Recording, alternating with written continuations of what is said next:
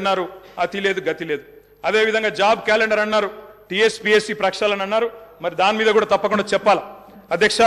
ఇంకా చెప్పారు అధ్యక్ష, మొదటి ఏడాదిలో 2 లక్షల ఉద్యోగాలు భర్తీ చేస్తామన్నారు. ఆ ఉద్యోగాల వివరాలు ప్రకటించాలని చెప్పి నేను డిమాండ్ చేస్తా ఉన్నా, తప్పకుండా చేయాలని చెప్పి కోరుతా ఉన్నా. ఇక మా సోదరుడు వివేక్ గారు కూడా మాట్లాడినారు అధ్యక్ష. మా వివేక్ అన్న కూడా చెప్పిండు 40,000 ఉద్యోగాలు ఇస్తా చెన్నూరులో అని చెప్పిండు అధ్యక్ష. చెన్నూరు ప్రజలు ఆశగా మా వివేక్ అన్న గురించి చూస్తున్నారు. తప్పకుండా 40,000 ఉద్యోగాలు ఇవ్వాలని చెప్పి కూడా నేను కోరుతా ఉన్నా అధ్యక్ష. అధ్యక్ష ఇంకా చాలా చెప్పారు అధ్యక్ష. ఇట్లా హామీలు 1-2 కాదు అధ్యక్ష, చాలా చాలా చెప్పారు. We welcome it. మీరు నిలబెట్టుకోండి, తప్పకుండా నిలబెట్టుకోండి, తప్పకుండా బ్రహ్మాండంగా పనిచేయండి. మేము చేసిన దానికంటే ఎక్కువ పని చేయండి, మేము చేసిన దానికంటే ఎక్కువ పేరు సంపాదించుకోండి. 64 కాకపోతే ప్రజలు మీకు ఇంకా ఎక్కువ ఆశీర్వాదం ఇస్తారు, తప్పకుండా చేసుకోండి, మాకు అభ్యంతరం లేదు అధ్యక్ష. ఇంకొక మాట గవర్నర్ ప్రసంగంలో చెప్పారు అధ్యక్ష, మాకు చాలా విచిత్రం అనిపించింది. అమరుల త్యాగాలు, బలిదానాలు ఎవరు అధ్యక్ష?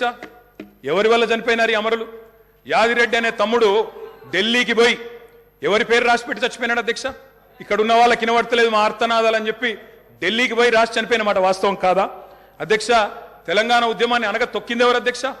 1952లో 7 మందిని చంపింది ఎవరు? 69లో 371 మందిని చంపింది ఎవరు? 2004 నుంచి 14 దాకా మరి 100 మంది ప్రాణాలు తీసుకున్నది ఎవరు? శ్రీకాంతచారి గాని, యాదిరెడ్డి గాని, యాదయ్య గాని వారి మరణాలకు కారణం ఎవరు? బలి దేవత ఎవరు? ఇవన్నీ కూడా ప్రజలకు తెలుసు అధ్యక్ష. తప్పకుండా సరైన సమయంలో సరైన నిర్ణయం ప్రజలు తీసుకుంటారు అధ్యక్ష. బలి దేవత అన్నదెవరో కూడా ప్రజలకు తెలుసు అధ్యక్ష. కావాలంటే రికార్డు ప్లే చేయమంటే కూడా చేస్తా.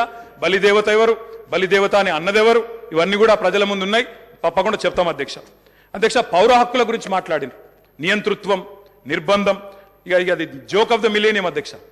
కాంగ్రెస్ పార్టీ నియంతృత్వం గురించి మాట్లాడడం, నిర్బంధం గురించి మాట్లాడడం, ప్రజాస్వామ్యం గురించి మాట్లాడడం, ఎన్కౌంటర్ల పేరిట 100 మందిని కాల్చి చంపింది ఎవరు అధ్యక్ష?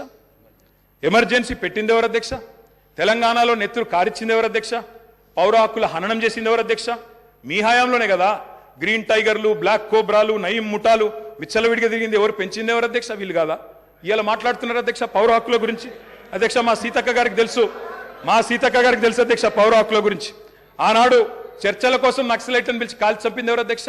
వీళ్ళు కాదా అధ్యక్ష? నేను ఏమంటున్నా అంటే ఇవాళ వచ్చి 1000 ఎలుకలు తిన్న పిల్లి తీర్థయాత్రలకు బయలుదేరినట్టు చాలా నీతివంతమైన మాటలు మాట్లాడతామంటే కుదరదు అధ్యక్ష. చరిత్ర చెరిపేస్తే చెరిగిపోదు, చించేస్తే చినిపోదు అధ్యక్ష. ఇంకొక మాట, ఇక చాలా ఉన్నాయి అధ్యక్ష చెప్పాలంటే.